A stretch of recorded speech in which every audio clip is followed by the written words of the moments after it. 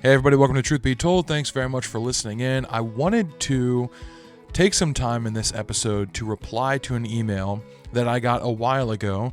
And admittedly, I didn't even know that I got this email, so I apologize to the person that sent it. But basically, I put out a few videos, I think in like 2024, directly interacting with atheistic thinkers. And to be honest with you, this is one of my least favorite things to do. Those videos get probably the most hits on them. But I often get accused of like, oh, well, you're just trying to rage bait atheists into commenting and good job, you got all these views, but you're academically dishonest and whatever. But I'm like, man, I wish you knew how much I hated these videos, because I know that it's going to be like mountains of critique and maybe like 1 ounce of positive interaction with someone. And I really don't mind that someone thinks differently than me. I don't mind that there are atheists in the world that, I know so many that are good people that really want to discuss things with you in a fruitful way for everybody involved. And that's great. I love those conversations because I feel like we honestly sharpen each other through the process. But so often in these atheistic videos, or videos refuting atheism or challenging atheism or whatever, I just get a lot of rhetoric, like copy and pasted, and that's not super enjoyable. But I did receive this comment. The reason I probably didn't see it is because during that time, like when I get such a mountain of critique and just like, just people bad mouthing, honestly, it's not even critique. If it was like genuine critique, I could take it a lot better, but just a lot of bad mouthing. Often I just like walk away for a while and just chill. So I probably just didn't check my email, and then maybe at one point I did and was like, I'll get to it later. But time has passed. A lot of time has passed. So I felt like this was a pretty interesting email that I wanted to respond to. Hopefully we can go through it pretty quickly because it's pretty lengthy. This was written by Dan Edwards.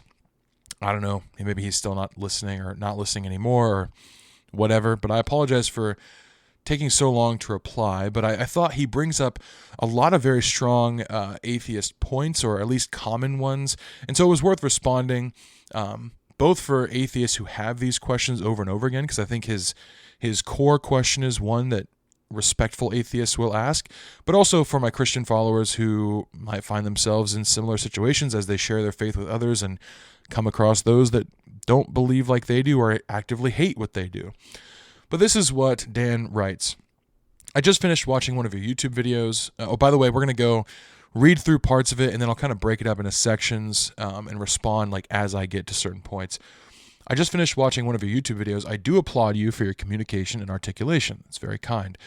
You seem to be an intelligent individual. You seem to be, with a good handle on your vocabulary. Unfortunately, you have committed many logical fallacies. Well, all right, let's hear them, Dan, because I know logic pretty well, but I'm not immune from making mistakes. So let's hear what you have to say. In addition, your main position is divine authority. God is God. He transcends time and space. Therefore, we cannot question him. No, that's not true. This has never been my point. Instead, especially in the video that he's referring to, which I believe was discussing how scientific inquiry cannot prove or disprove God's existence. My point was that God definitionally, like when I say the word God, yes, I'm referring to a being who I have a personal relationship with, but definitionally, the word God means supreme, transcendent being. Like when a Christian discusses this with people, this is the idea that we're discussing. So God definitionally transcends time and space, and therefore cannot be proven or disproven through the scientific method. And there's a lot of things we do this with. History cannot be proven or disproven through the scientific method. Logic, which it seems Dan is very into, cannot be proven or disproven through the scientific method. Science is a limited field of study, and we need to start being honest about this, because science has almost become like a god for people. Like, especially when COVID was around, people would be like, trust the science, trust the science. I'm like, I'm not saying like question all authority and like reject or deny like test results or anything like that. But trust the science became a mantra that people did blindly. And even what people mean by science is very different sometimes. But science is a field of study designed to observe and test the natural world. So God definitionally being outside of the natural world, meaning he created the natural world, falls outside of the scientific purview. But no, we're absolutely allowed to question God, asking him questions, or even coming to him with some frustration. This happens all throughout the pages of Scripture, and I have never said anything about don't question God. That's not even something I've alluded to. It's just not something I believe at any level of my being, so I wouldn't have alluded to it. If I did accidentally in some misplaced words or something, I apologize, but hopefully that clears it up. He says, "This is your position as you have stated. What a horrible way to live your life. Science tries to falsify its findings. Religion just says, trust me." Well, okay. I would say that science as a discipline does try to falsify its findings. That's the good way to do science. You make a hypothesis, but then you are trying to null. Like most scientists will come up with a hypothesis and a null hypothesis, meaning if this is not correct, what is the result? What would be the conclusion if this hypothesis is wrong? And they go into an experiment thinking this way. So ideally, they should never say things like, this proves this thing, but instead they should say things like, this is supported by evidence after doing certain experiments. However, this is not what we see, especially as science has kind of gotten into the pop culture, and everybody feels like they're a scientist, or if they read an article on something, it's a scientific article, regardless of what source it comes from. And so often as lay people use it, science becomes like a weapon that dictates the absolute farthest reaches of objective truth. If science doesn't cover it, it's just not real. And this is irresponsible, and this is not scientific. Now, I won't deny that religious structures or organizations often misuse their status. This happens a lot, and they do this to get people to follow blindly and trust without evidence. That absolutely does happen, but God doesn't do this. The Bible does not expect this or require this of us. So it sounds like the issue might be, he says religion just says trust me, so maybe he means like an organized group that he has been a part of or something like that. I don't know. But yeah, the Bible and God never make this claim, just trust me, without anything behind it. Even often, we're going to get into faith in just a minute because he brings that up, but often many biblical characters will be tasked with doing something that God asks that they don't quite understand. That's true, but they always have I would say they always have a reason behind doing what they're doing. Adam and Eve were told, don't eat of the fruit of the tree of the knowledge of good and evil. And you could say, well, he just said, trust me. Okay, but he also gave them life and walked with them in the garden, and his goodness was on display to them. So they had reason to trust that his rules were good or for their own good, and they didn't listen. Even like Abraham, get out of your own country, go to a place I'll show you, and he doesn't know where he's going, right? So you could say this is an instance of God being like, just trust me. But did he have reason to trust him? I would say an interaction with the Most High God would, be a reason. Abraham did do it. You could say, well, he's just stupid. Or you could say, it seems like he had a reason based on whatever he saw, heard, or experienced when he spoke with God. Dan goes on to say, truth is what the facts are. Faith is the absence of evidence. This is a very common atheist claim against Christians. Hebrews says that faith is the evidence of things unseen, the evidence of them, which is very interesting. In this context, it's talking about your works, your belief in your works and how those interact. My faith is shown by the things that I do. And so, it shows you what I trust in.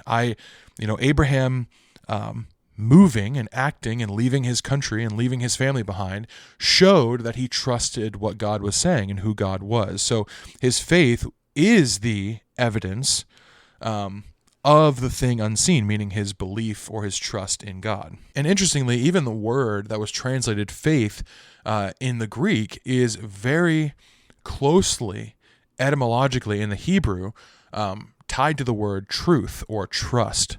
And we trust in God because he's shown himself to be trustworthy. We don't trust in him we don't have no reason to trust in him. He has shown us his goodness. We look at the world, we look at our lives, we're grateful for them, and we look at the things that he has outlined for humanity to do, and we believe that we see best practice in those things. So we do have evidence that, God is trustworthy, and our faith is the visible display of that trust. He says, if you have evidence, you do not need faith. Okay, well, let's say for a second, I'm going to ask the question, do I have evidence that my car will start tomorrow morning? I have experiential evidence, yes, but every single day I go out and I trust, meaning faith, in that evidence, in that experiential evidence that it has started before, that it has gas in it, that I've taken care of it. I trust in that evidence. It's not proof, right? It's evidence, but I trust in that evidence by trying to start it and drive it. Even if I had proof somehow that it absolutely would start, I'd be using that proof to further trust with my actions. So I would say you're closer to saying, if you have proof, you do not need faith, because then you just know, and I understand kind of what you're getting at, but you said if you have evidence, you do not need faith. And I would say, no, it is by the evidence that you show your faith in your actions by trusting. He continues, Christians have no evidence for God, therefore they use faith. Oh boy, okay. Existence of Jesus, historical, verifiable existence of Jesus. We have greater manuscript evidence for the resurrection than any other historical work. More historical evidence for the existence of Jesus and the claims of his miracles and what he did while he was on the earth than literally any other historical figure from his time or relatively around his time. So you trust in people like Alexander the Great, but we have far less manuscript evidence of that. You believe that what was written in Homer's The Odyssey is correct. We have far less manuscript evidence verifying its validity. We also have things like objective morality, which we'll get into in just a minute. We also have the fact that nothing can't produce something, and we'll also get into that in a little bit. So the very creation of the universe is evidence for God. It's just evidence you don't like. But yeah, Christians do have evidence for God, and this provides us with opportunity for faith or trust through our actions. He asked the question, why do Christians do this? Fear. He gives an answer to his own question, which I'm not super a fan of, but I guess I understand it because he's writing to me in an email. Why do Christians do this? Fear. Fear of death and fear of the unknown. This is how religions got started thousands of years ago. Humans are weak, and they're very uncomfortable not knowing. Humans are fearful of death, therefore they invent religions and gods to fill their gaps. Christians would much rather feel good than to know the facts. Okay. It's always interesting that atheists believe themselves to be these transcendent thinkers. They'll make generalities about humankind. Humans are weak. Humans are stupid. Humans are gullible. Humans believe in the supernatural with no evidence. But not me. I'm transcended above that. I'm better than that. I'm smarter than that. I'm more enlightened than that. Okay, so you want the facts, right? Christians would much rather feel good than know the facts. You say the facts. So you know then, since you're so enlightened, you know what happens when you die. You know that. No, you don't know that. Do you have proof of what happens after you die? Do you know what you not only know, like you have evidence, but you know it like you have proof. Like you can show me what happens. If not, then all you're doing is also filling in a gap in knowledge. That's what all of us do when we don't understand something, when we look to the evidence when we don't understand something and don't have proof for something, or something lies outside of the historical, the scientific, the logical, the literary, whatever. We make educated guesses based on the evidence. This is what science does. So why do you have a problem if I do this with my Christian faith? To me, it makes the most logical sense, the most rational sense that God created things rather than things came from nothing. This is even well within the scientific community, but I can't show that to you in a way that's going to be satisfying for you. But I do just want to point out that all of us have a lapse, or I'd rather say a gap in knowledge about what happens to you after you die. And you're saying, well, I don't fear this like Christians do. I know better. I want the facts more than I want to feel good. Okay, well then what are the facts? Enlighten me. Tell me. The best you can say is, I don't know, which at least opens you up to the possibility that God is the rational answer to that question. But you don't have proof of this, so I would say you're filling gaps just as much as Christians are. He says, here's a brief list of things that Christians believe that are actual stated biblical truths. He says that seems to believe these magical things. He might be saying they seem to believe these magical things, or maybe he's saying the Bible seems to believe these magical things. I'm just going to go through them one at a time.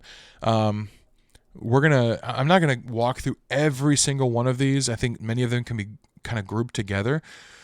But he says rainbows are a sign from God. This is one thing the Bible says that Christians should believe. I'm assuming his difficulty with this is that we know how rainbows physically work. But this doesn't negate the fact that God created that or could use that as a sign to people. So, I don't really know what the objection is here. It doesn't logically follow if this is in fact where he's coming from. Donkeys and snakes can talk. Okay, miracles again. Snakes can talk. Satan appeared as a serpent, but he wasn't truly a serpent. He was an angelic being. Water can be turned to wine. Another miracle. Oh, man can walk on water. Miracle. 2 loaves and fishes can feed 5,000 people with leftovers.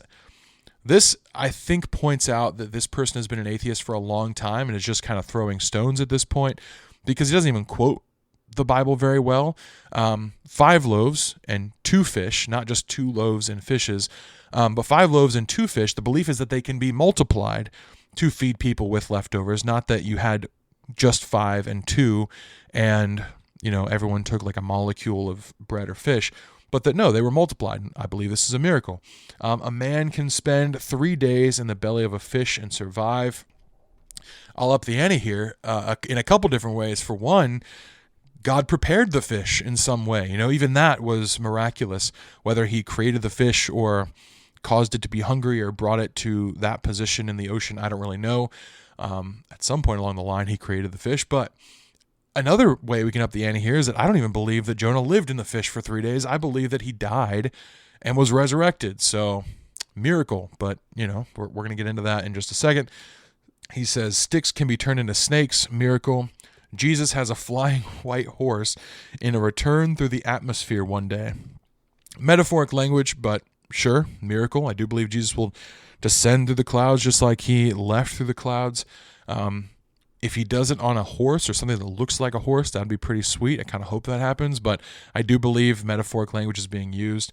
Decomposed bodies of Christians will rise up out of their graves and meet Jesus in the air. This is a very clear attempt to use kind of sarcastic language to make something sound very silly, which is a straw man argument. You point out logical fallacies, but you're kind of doing them all throughout this email. No, decomposed bodies are not rising to meet Christ in the air. Mortal puts on immortality. We're transformed through the resurrection. We're not zombies. So again, the problem you have here is with miracles. Then Noah collected animals from all over the planet, including penguins and polar bears from the Antarctic. I mean, oh boy, I don't know where you're coming from with this exactly. Much of the scientific community believes in something called Pangea, where all the land mass was in one central place. So, animals getting from there to the ark is not impossible. But that's just one possibility of how this could work. Many Christians believe in a localized flood instead of a worldwide flood. Many Christians believe that there wasn't every variation of species that we have now. So maybe there were like 3 kinds of birds that, adapted to various environments and multiplied in different ways with, I do believe in like microevolution through adaptation. So there could be a variation in the species of bird, Noah and his family. Now we have, the very much diverse population across the globe that we have now. So many people believe that's how it happened. The ark wasn't quite as full of like every single bug and whatever. That's a way, but also, God was the one that collected the animals, not Noah. So it's not like he had to walk across all of Pangea. God, who created the animals, summoned them to this central location, and there's that. So I don't know exactly what the problem is with this. I would say it still falls under the broader topic of miracles, which we will kind of cover in a broad, sweeping way to kind of cover all these things. But this is where he ends. He said, I could continue quoting of the Bible, but I think my point is made. I kind of wish you'd quote it just a little bit better, because it felt very cherry-picked from atheistic sources rather than actually reading the passages themselves and seeing what the Bible actually says of itself, or seeing how Christians have understood these things, throughout time. But okay. Yeah, I kind of wish you'd quote it a little bit better if you're going to have this kind of discussion. He says, the Bible is full of mythology and magic. Why does someone like yourself, who seems intelligent, believe such things? This, I think, is a really good question, and a very fair question. He's saying, there's dichotomy in my brain. I'm creating cognitive dissonance for him, where it's like, I see people that are smart, that are intelligent, that can have good conversation, have good vocabulary, but they believe in these fanciful things that just don't add up to me as being intelligent. I get this, so I think it's a fair question. He says, I know. It's because God transcends time and space. Therefore, God can do magic. Sure, I've got a bridge in Florida to sell you. I think that's a hilarious statement, because I know the intent he's trying to say. There was a song growing up, I've got oceanfront property in Arizona, and if you'll buy that, I'll throw the Golden Gate in free. That was the line. I liked that song, because clearly there's no oceanfront property in Arizona, but there are bridges in Florida. So I don't know what the point is here. Like, that's not a ridiculous claim. Yeah. Anyways, but yes, the Bible is full of mythology and magic, but this doesn't make it untrue. You discrediting it by calling it fanciful or magic or mythological isn't actually evidence against it. It's just slanderous, which I don't even care. Like, if you want to call miracles magic, like, if that's the word you want to use for those phenomenon, like, whatever, that's not the word the Bible uses, but if that's how you need to think about it, whatever. Like, the same thing is happening. So that's fine, but it's just like, just be aware that you're not actually providing evidence against these things. You're just saying they seem dumb to me. But also, if a person does believe in a God who created all things, then the rest of this stuff is like a cakewalk. It's very easy, if you created all the animals, to then summon them to one location to get on the ark. Now, I realize that your problem is that you don't believe in God, but saying, well, you believe that God can, do things that humans can't do on their own. Okay. Yeah, I do. You're right. But that's not evidence against God. If I said, like, a parent lifted a child in the air, and you said, well, babies can't go in the air. It's like, okay, well, it shows you either misunderstand the ability of the parent, or you misunderstand what is being claimed. That's kind of bad faith, I think. But let's turn to miracles for a second, because many scientific thinkers can't get around this. This is a big stumbling block. The supernatural, I know that sounds like ghosts and things, but no, the supernatural just means anything outside of or transcendent of the natural world. The supernatural is tough for the scientific community, and not all of them. There are several Christian scientific thinkers. But for all the scientific integrity that community is supposed to have, no one can scientifically prove where the universe comes from. This is a gap that all of us have to address. However, most people agree, I don't want to put you in this box, maybe you don't, but most people agree that before there was matter, there was nothing. And then things began to exist. So we're asking the question, well, what caused that? What is the reason behind those things? And the laws of science clearly state that out of nothing, nothing comes. So non-matter cannot create matter. This doesn't make sense. Nothing cannot make everything. Now, presumably, you believe in the beginning of the natural world. Man, it's tough, because some people will want to say the universe is eternal. I don't know where you stand on this, but many scientific thinkers, I think the general consensus of the scientific community right now is that the universe began to exist at a certain point.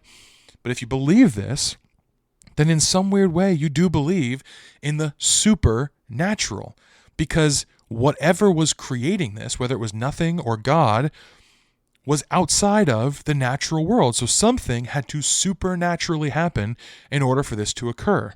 So you believe in one, what I'd call a miracle, outside of the realm of scientific thinking, that everything came from nothing. So why stop there? If everything can come from nothing, why can't, 5 loaves and 2 fish feed thousands of people if, the universe wills it, or whatever you want to have at that beginning point, whether it be I don't know how you can claim it's an unintelligent nothing, but whatever you want to put there, if things are popping into existence spontaneously, why can't that happen in the miraculous throughout Scripture? I think you have to say you either believe in the supernatural, in which case miracles are not difficult, or you have to deliver some sort of other explanation for how the universe came into existence, in which case you're not really in consensus with the scientific community, because they believe that, you have to say that the universe did not come into existence but has always existed, and that's not what the scientific consensus is at the moment. So if you want to be tied to science as this wonderful thing to follow, then you have to conclude that. And if you want to follow that and conclude that, then you have to say that the universe had a beginning, in which case something outside of the natural world began the natural world, so something supernatural. Okay, that's a long-winded portion. He also says, let me appeal to your morality. You claim that objective morality comes from God. Really? Yes, I do. God commanded Abraham to kill his own son, Isaac. Would you kill your son if God commanded you to? God drowned thousands of humans, including babies and pregnant women, when he flooded the earth. God commanded the Israelite to kill all humans, including babies, and to rip open pregnant women. God made a bet with Satan and had Job's 10 children murdered for no reason. God created a place called hell, where he's going to send millions of people to suffer forever. God created evil, Isaiah 45, verse 7. This one's real quick to just refute. The word is calamity, not moral evil. So big difference there. You got to just look into the word there. But point taken, he keeps going. God commanded a rape victim to marry her rapist. God commanded a woman to have her baby aborted, Numbers chapter 5. That's not even remotely true. So many of these verses are not cited correctly, or not at all saying the things that this person's claiming that they say. So it'd be like me saying, SpongeBob SquarePants has that one episode on killing tigers, so that's evil. No, that didn't happen. That wasn't remotely what that episode was about. Tigers aren't in the world of SpongeBob SquarePants. So yeah, just saying these sections say these things doesn't make it true. I'd encourage you to read them again and understand them in context. That being said, there are difficult passages in Scripture. I'm not going to deny that are very tough to swallow. But how do you even call them good or evil? By what metric are we measuring? If there's no objective, then it is only evil to us, but not truly evil. So you can say, I believe those things to be evil, but maybe I don't. Or maybe they didn't. Or maybe other societies don't. It's really all dependent upon what you believe, what you think, your truth. To people in the biblical times, if there's no objective truth, these things might have been just as good as we perceive other things to be. The beauty of objective morality, which means morality that is, outside of your opinion or my opinion, is that it gives you the ability to look across time and culture and say, that's evil, or that's good. Not just for me and you to decide it truly is evil or good, objectively speaking. You're making a statement about morality. So you're looking at these sections, you're saying these are objectively evil, but without a God that is outside of human opinion or reasoning or whatever, you don't have anything objective to point to. You have human opinion, you have societal collaboration, whatever, but there's no objective standard. It's just what you think or what I think. The only way you have that ability to make statements about reality is if morality is objective, which I believe that it is. Now, there might be a number of things that we need to understand better. We might be wrong on morality at certain points. You might think something's right that I think is reprehensible, and I might think something else. But the point of objective morality is that there's something transcending our view or our opinion that makes it right or wrong. So yes, in the context and the viewpoint of God, who has bigger plans and greater ways to set things right than we ever could even imagine, has a much far-reaching plan than we do. Imagine like a parent punishing a child. The child looks at it and says, how my parents are horrible people. They did this terrible thing, but the parent sees farther than the child does. God, in the same way, sees farther than people do. But in those contexts, I would say you're going to end up giving God a lot more like understanding than you would if you don't give him that credit of like parent-child relationship. But really, at the root of it, as I said before, we can't even discuss this and say that they're truly wrong things in the Bible without an objective standard, without saying that people should live by this or shouldn't live by that. And who makes that standard? Who gets to decide? I would say it's God. Who would you argue that it is? Your grandma, your grandpa, your community, your country. Like, who gets to make that standard? I think it's objective outside of humanity, and that points definitionally to God. He says, I could continue, getting close to the end here. I know this is a longer episode. I could continue, but the God of the Bible is not good or moral. The God of the Bible is an immoral, kneecap-breaking thug. The God of the Bible is not real, but the men who invented him wanted to control your mind. Which men? It's not really stated here. Are you talking about Moses? Talking about Abraham, Joseph, some of the patriarchs? Are you talking about these people that had to go through unbelievably difficult, tough things for the sake of what you would claim to be is an illusion that they were creating? This doesn't make a lot of sense to me. Is it the kings, the judges, the apostles, my pastor? Is it people who lived in these different time periods, shared one unified goal to keep the general masses in check? They just passed it on one person to the next.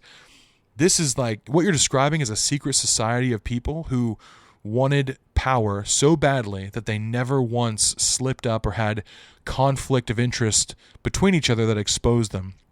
And I challenge you to name one instance in all of mankind that this has happened, this level of deception without anything going wrong. It can't. People are not that good at, even in their own lives, keeping lies straight to deceive people, let alone across thousands of years. It doesn't exist. That's not real. So you're kind of making a claim with that I don't think you can back up. He says, establishing an unquestionable being who transcends time and space, who is all-powerful and all-knowing and cannot be questioned.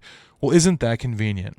Ironically, they also claim that this God wants to have a relationship with us humans, but he is the grand champion hide-and-go-seek player. This God who claims he wants to know me is nowhere to be found. Again, he is able to be questioned. He asks us to test him in his word. He gives us proofs of himself in prophecy and in morality. Taste and see that the Lord is good. This is a Bible verse telling you to try God's way and see that it is true and best practice. And then you say nowhere to be found. Christians across the globe claim to have found him. If you'd like to find him, maybe ask one of us to help you. I mean, I'd be happy to. Shoot me another email. How do you think Christians give 10% of their hard-earned money to the church? Okay, this kind of switches gears, but I think this really gets to the root of why he's frustrated. It's not because they want to. Fear. They fear the very God they serve. Or they just believe in him, right? People give money to charities all the time, not because they fear the charities, but because they believe in the causes that the money supports. People pay way more than 10% in taxes constantly. And yes, while there is a penalty for not paying those taxes, I don't live in crippling fear every time I'm doing my taxes that I'm going to go to prison. In an ideal world, taxes would pay for services that I believe in, and they'd be going to a government that I trust, and that's not happening. But, in an ideal world, but you assuming motive that I'm doing these things by fear just doesn't make it true, and I don't see that being true in other places where we give money. Also, I don't believe I go to hell for not tithing to my church, so that's kind of a wild thought. Yes, churches and organizations have used hell or fear tactics to get people to fall in line before. This has happened. I've already stated this before, but this is not God doing it. This is not God endorsing those things. Read the sections. I'd encourage you, read the sections where God commands tithing and offerings. He tells you why he's doing it, and nowhere does it mention going to hell if you fail to do it. That's not the case, but he does give reason for it. Just, again, get more familiar with the Bible and you'll see what it says about itself. He says, the man who invented the religion also wanted money. How do we get this money? Tell him that God commands it and they will go to hell if they disobey. Problem solved. Again, who is this man? Is this Jesus? Because that's who I follow. I follow Jesus, and I don't remember him ever being super wealthy or gaining off of the backs of poor Jewish people in first century Israel. It sounds a lot to me like you've been hurt by a church, or others maybe that have been hurt by a church. All these points together seem, I know they feel to you like slam dunks on me, but I think they're probably driven by feelings of anger and misinformation and misrepresentation of churches, not your misrepresentation, but churches themselves misrepresenting God, distorting him in order to gain a following. And this is not okay. I'm with you on that. That's not good. I would ask that you take another look, though, because believe it or not, your anger at churches or at organized religions in certain instances is not an issue for God. Like, he can handle that, and he's probably angry along with you at those things. He's angry at the abuse. You often see him talking to his people who he has placed in charge and saying, you guys have not done good enough. Judgment is coming on you. You've oppressed the poor. You've made people fearful of me. They're obeying in word, but they don't love me. Their hearts are far from me. And you did that. And I think if this is your situation, God has words for you as well. So if this is what you're angry at, he is too. I appreciate you reaching out. I really do. I think the question that you're asking at the core of this, and even leveling the accusation, I think is okay, because it shows that you see some merit to the intelligence of Christians, or the personality or character of Christians, and it makes you believe that maybe there are answers, even if you're a little tongue-in-cheek, even if you're a little accusatory. I think the fact that you're asking these questions shows that there are answers, and so you took the time to write, and I really appreciate that. I think you took the evidence that I gave you, that I'm a rational human being, and you trusted that your email would fall into good hands and be, reacted with respectfully. Hopefully I've done that. If I'm hearing you correctly, essentially what you're saying is make it make sense. There's this dichotomy, there's this cognitive dissonance where I see intelligent people believing things that seem insane to me. Make it make sense. So that's what I've tried to do. Probably imperfectly, but I hope you feel respected or you feel heard. Yeah, I was a little tongue-in-cheek at certain parts too. I think we can go back and forth. That's fine. But if you're serious about looking into this stuff, like if you really truly have these questions and you weren't just trying to slam dunk, you weren't just trying to, steamroll me or straw man me or whatever, but really you have these questions, which I perceive that on some level you do, I would encourage you to consume Christian content, or to at least continue to consume. I mean, you at least watch my video, but consume some Christian content, assume some apologetics and some theology, not to brainwash you at all, but let us answer the questions you have, because you aren't the first one to have these questions. Christians have been wrestling with these things all their lives for thousands of years, and we've come to some very interesting, I say rational, conclusions that a lot of atheists don't take the time to hear out. So yeah, listen to some Christian content, see if there are answers to what questions you have before leveling them as accusations against others, and then decide for yourself if it really is just a fear of God or some crippling fear of doing something wrong and being punished, or maybe they found answers that actually make sense of the things that are kind of frustrating or confusing to you. I think apologetics will give you gentle answers, or at least potential answers to your questions where there seems to be dichotomy, like, well, it says this, but you say this. God is good, but look at this. That's what apologetics is for. Theology, I think, will gently give answers or potential answers about the context of Scripture, which will be helpful in some of your arguments and in understanding some of the things that you've kind of cherry-picked out of the Bible to use to, make points. I think to look at it in context is very helpful, and theological study will do that.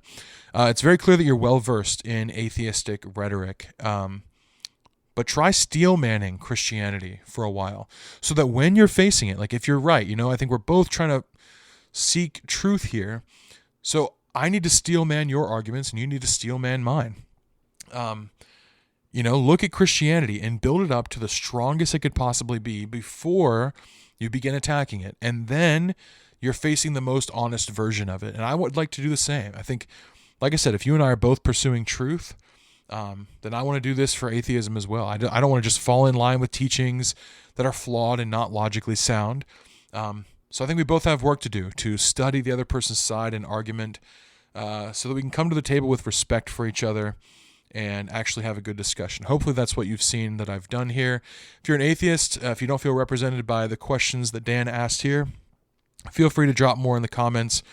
I would encourage you to be respectful if you can. I'm trying my best here. I know we can get, we can razz each other a little bit. That's all good, but I'm just doing my best here. I'm just one guy. I don't have all the answers perfectly, but I tried to answer this honestly and with some integrity and with some respect, because it seems like he's asking genuine questions. And I know, atheists aren't bad people. They are not just out to just ruin Christian lives. Sometimes they really have some difficulty understanding why we think the way we do. And I think if we can come to the table and understand why each of us thinks the way we do, we're going to walk away a lot better for it, even if we don't end up agreeing in the end. So thanks very much for listening. I know this is a long one, but if you've stayed till the end, thanks very much. And hopefully, no matter what side of the aisle you fall on, you found this beneficial.